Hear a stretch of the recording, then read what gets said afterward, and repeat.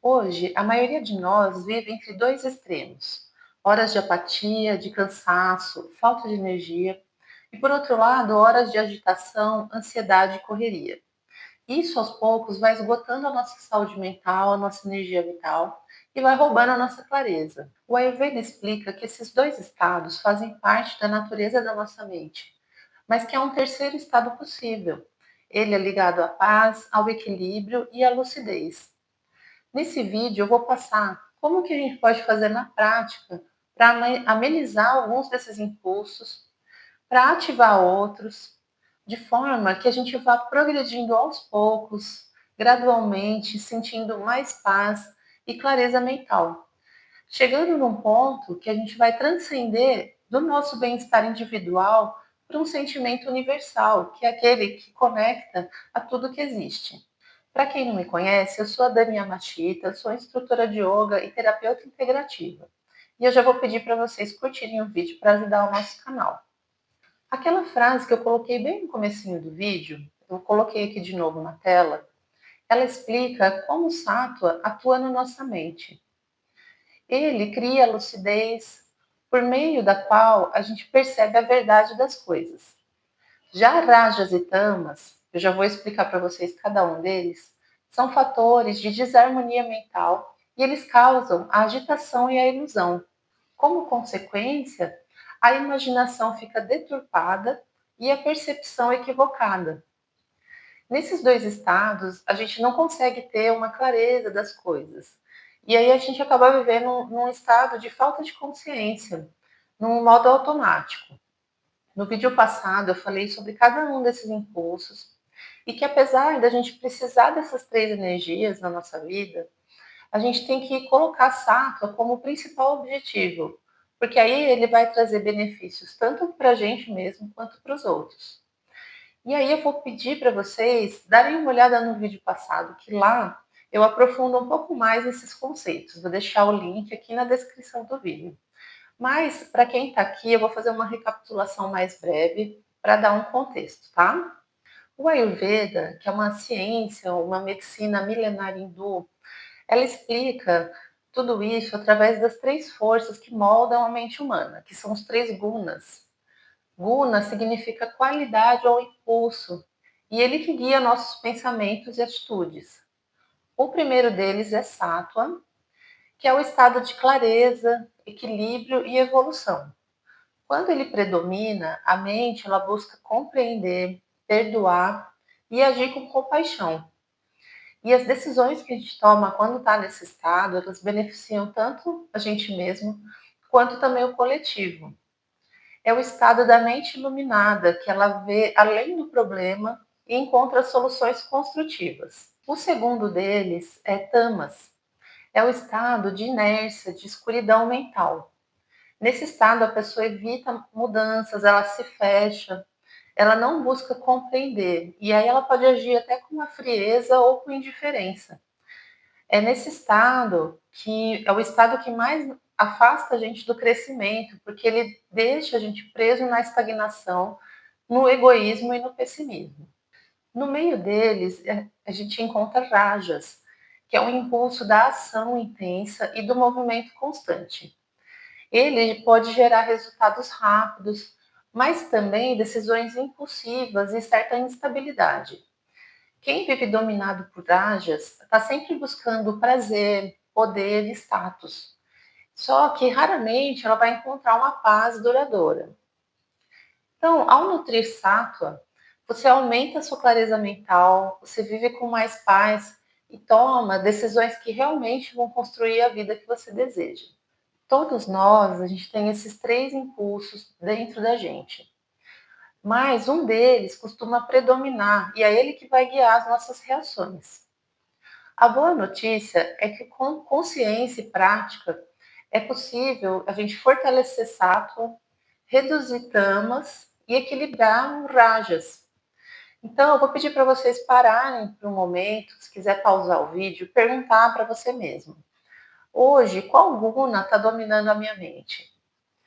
E aí eu vou pedir para vocês fazerem isso sem se julgar, sem ter preconceitos contra você mesmo, né. O importante, a chave aqui é reconhecer em qual estado que a gente está e aprender a mudar gradualmente. O mais importante é a gente assumir quem a gente é nesse momento, respeitar os nossos limites também para fazer uma mudança que vai ser realmente efetiva, com uma base sólida e não uma mudança rápida, porque quando a gente não assume, né, o que a gente é nesse momento, a gente vai fazer uma mudança superficial. Então, para isso, para te ajudar, eu coloquei um questionário com algumas questões que vão indicar qual estado está mais pronunciado em você nesse momento da sua vida. Coloquei na legenda aqui do vídeo e no primeiro comentário fixado o link para você baixar esse questionário de forma gratuita, tá? Além do questionário, é importante que a gente também se observe e analise de forma sincera o que a gente pensa, né? Então, como estão os nossos pensamentos, como estão as nossas atitudes. Aí só assim a gente vai conseguir ter uma noção de qual caminho seguir para começar ou continuar uma mudança, né? Para quem já está num caminho de transformação. Né? Depois que a gente fez essa autoanálise e a gente viu o que está predominando mais na gente nesse momento e o que isso traz de dores, né, para a gente, o que isso incomoda na gente, para a gente querer fazer essa transformação. Então, depois que a gente conseguiu identificar qual guna está predominando na nossa mente e, consequentemente, nas nossas atitudes, como é que a gente pode fazer na prática para começar a transformar tudo isso? Então, o Ayurveda explica quais são os 3 estágios para a cura mental. Então, primeiro, para quem está com tamas predominando, né, em si, ele orienta a desenvolver rajas. Então, é passar da inércia mental para a ação motivada pela própria pessoa. Então, quando você está apático ou sem energia, você precisa de ação, de movimento, de estímulos. Então, por exemplo, você está muito sentindo preso na cama, não consegue levantar, dorme demais. Então, você precisa colocar movimento no seu corpo. Então, fazer esse esforço inicial e sair para caminhar ou fazer alguma atividade que vai colocar movimento no seu corpo. Nesse estado, é muito difícil a gente fazer com que a pessoa, de repente, sente e medite, porque ela primeiro precisa dessa atividade exterior para diminuir a sua inércia. Então, não adianta, de repente, né, a pessoa estar numa inércia e colocar ela para meditar, ela não vai conseguir. Então, colocando esse movimento, e também comunicação, o trabalho em companhia de outras pessoas. Isso é muito importante para ajudar essa pessoa a sair desse estado de inércia. Depois desse processo, que pode não ser tão rápido, né? Mas então isso é um processo gradual. Aí a pessoa colocou movimento, ela precisa começar agora a acalmar rajas e desenvolver o sattva. Então é passar dessa ação motivada pela própria pessoa para um serviço altruísta. Na prática, o que a gente pode orientar, né? Quando você está ansioso ou sobrecarregado, muita atividade, você está em rajas. Então você precisa de pausa, de respiração e de práticas de interiorização. Então, por exemplo, está ansioso demais com notificações e tarefas, então desliga a tela, respira e tenta meditar. Inicialmente, o que seria, né, essa meditação? Então, parar, tentar se desligar de todos os estímulos e de todos os seus sentimentos, os seus pensamentos, e parar e fechar os olhos, senta e tenta simplesmente se desligar de tudo isso. É difícil, né? A gente não consegue parar a mente de repente, mas o que você pode fazer? Vai prestando atenção em todos os pensamentos que aparecem e tenta não julgar. Então, apareceu algum pensamento, alguma preocupação, só observa, mas também não se identifica. Então, você vai fazer esse exercício de entender que esse pensamento ele está fora de você, ele não é você. Então, esse é o principal inicial, né, exercício de meditação. É quando você vai se desidentificando dos pensamentos, sentimentos e sensações. Às vezes, parar de repente, quando a gente está muito agitado, é mais difícil. Então, nesse caso, o que eu sugiro? fazer alguma atividade física mais intensa que gaste energia, como, por exemplo, uma corrida, uma dança, uma luta. E depois vai acalmando, depois que você gastou toda essa energia, vai acalmando, tenta fazer um alongamento, uma prática de yoga, se você já está acostumado, né? Se você faz yoga, ou você pode achar, né, algum vídeo de yoga, tem bastante coisa gratuita no YouTube. E aí, então, gradualmente você foi se acalmando, aí você entra no estado de meditação de forma um pouco mais fácil e mais eficiente. Aquela meditação que eu expliquei agora. Então, para desenvolver sátua, a gente precisa diminuir as atividades e interiorizar a consciência.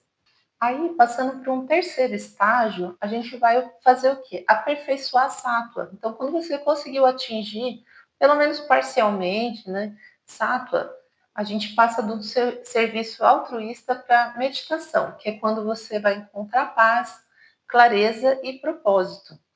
E aí, então, para cultivar sátua, a gente precisa cultivar bons hábitos e também trabalhar a espiritualidade. Uma pessoa que já conseguiu entrar no estado de sattva, ela precisa de práticas espirituais e não de um tratamento psicológico comum. Então, para ela, já pode até ajudar, mas se ela não entrar em contato com as práticas espirituais, ela não vai conseguir continuar essa evolução dela. Então, além dessas três fases, né, que eu passei para vocês, o que mais que a gente pode fazer? Outras ações para equilibrar os nossos impulsos. A gente pode fazer isso através de escolhas diárias. Então, tem várias coisas que a gente pode ir fazendo que vai ajudando, não só necessariamente da forma que eu falei, né? Nessas entrar de etapa, passar, né, de etapa por etapa. A gente pode já ir fazendo isso, talvez não tendo tanta consciência assim dessa forma gradual, né, de ir avançando aí nos gunas, mas a gente pode fazer outras ações que às vezes parecem até pequenas, né? Mas o que a gente for conseguindo incluir na nossa vida, que seja construtivo, a gente pode ir fazendo, né? Dessa forma aleatória entre aspas, né? Porque tudo isso acaba ajudando de alguma forma. Então, quais seriam elas, né? Vou colocar então alguns exemplos que eu considero que são mais importantes e que são possíveis, né, da gente colocar e mudar os nossos hábitos. Então, a gente pode começar com uma alimentação mais leve e equilibrada, hábitos mais saudáveis e rotinas estáveis. Então, é interessante e importante a gente trazer regularidade nas nossas atividades. Isso ajuda a nossa mente a ficar mais regrada. Quais seriam essas atividades? Horários para acordar, para dormir, para se alimentar, com café da manhã, almoço, janta, ou se você faz algumas outras alimentações entre as principais refeições, então você tentar colocar mais horários regrados para exercícios físicos. Então, tudo que você coloca essa constância, isso ajuda a nossa mente a ficar mais estável. Você pode inserir práticas de autocuidado, tanto físico quanto mental, na sua rotina. Trabalhar mais a espiritualidade. De que forma? Trazendo um conhecimento do nosso verdadeiro eu, a devoção a Deus e o aumento da compaixão. Todos esses temas, eu coloquei vídeos aqui no canal, tem vídeo para cada um deles. É só procurar pelo nome, tá? Então lá eu explico melhor como que a gente pode inserir e estimular isso na nossa vida. A gente pode trabalhar também a espiritualidade através de mantras, a entoação de mantras, orações, mandar boas vibrações para as pessoas, conseguir ter bons pensamentos, pelo menos a maior parte do tempo. Isso tudo ajuda muito a aumentar a nossa vibração e ajuda também o nosso entorno, né? Então, todo o nosso ambiente muda quando a gente melhora a nossa vibração. Importante a gente investir também em relacionamentos mais construtivos. De que forma que a gente pode fazer isso? Evitando comunicação violenta, falhas na comunicação, para evitar desentendimentos, agir com mais amor a si mesmo e também ao próximo, ter atos conscientes de gentileza, mesmo para pessoas desconhecidas. Ter um minuto de gratidão quando você acorda. Eu sei que parece clichê, né? Se fala muito hoje em dia, né, sobre ter o sentimento de gratidão, mas ele acaba até sendo clichê porque realmente isso faz diferença. Isso faz muita diferença na sua vida quando você começa a praticar isso. Às vezes a gente precisa fazer isso de forma talvez um pouco forçada no início, mas porque às vezes a gente não entende, né, o que que é sentir a gratidão. Parece algo muito distante, mas seria assim, reconhecer tudo na nossa vida, né? Não só tudo de bom, mas tudo que a gente tem que de uma forma ou de outra, isso está ajudando a gente. Mesmo as coisas que parecem ruins, né, a princípio, elas estão trazendo uma lição, estão trazendo um crescimento aí, né, da sua personalidade, um crescimento humano que você. Então, a gente ter gratidão por tudo. E, com certeza, pelas coisas boas também. Então, sentir gratidão por estar vivos, por a gente ter a chance de todos os dias tentar fazer diferente, gratidão pelo que a gente tem, pela comida que você tem, então por tudo que é dado para a gente, né? A gente conquista, né? Mas tudo isso é oferecido para a gente na nossa vida. Então, quando a gente cultiva esse sentimento de gratidão, isso vai elevando também, elevando a nossa energia, a nossa vibração. Outra coisa que a gente pode fazer é praticar uma escuta presente com alguém. Seja também alguém da sua família, alguém muito próximo, alguém do trabalho, ou mesmo alguma pessoa que você não conhece, começa a conversar, né, na rua, no ônibus. Você praticar essa escuta presente, sem interromper a pessoa, realmente ouvir com atenção, com vontade de saber o que ela está falando, né? Com essa intenção verdadeira, sem corrigir, sem ficar, enquanto a pessoa está falando, você já está pensando o que, que você vai falar, né? Então isso é natural, né? Acontece com todo mundo. Mas às vezes a pessoa precisa terminar o raciocínio dela, ela quer, né, desabafar, quer fazer alguma coisa assim, ela está precisando. Então a gente tentar ter essa escuta empática, né, também, como dizem. Então, praticar isso também ajuda. Então, a gente inserindo esses exemplos que eu dei e outras coisas que vocês julgarem, né, que sejam importantes, assim, que sejam construtivas, positivas, né, e melhorando como seres humanos, e fazer também aquele processo, né, gradual nas etapas de sair da inércia, passar para o movimento, e aí do movimento, né, da atividade intensa, passar para acalmar nossa mente, a pausa. Então, passar de tamas para rajas, rajas para sattva e aperfeiçoar o sattva.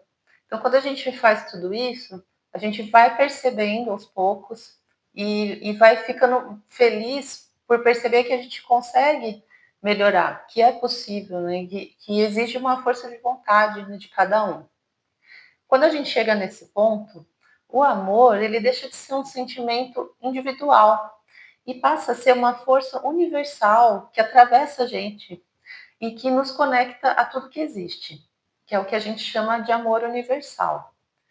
Aí, nesse ponto, a percepção ela vai se ampliar e a gente não vai mais olhar a vida só a partir das nossas dores ou necessidades, mas também como parte de uma consciência maior. A gente vai conseguir transcender as limitações da nossa condição humana e compreender que a gente é muito mais do que somente um corpo e uma mente. A gente é a expressão de uma natureza espiritual superior.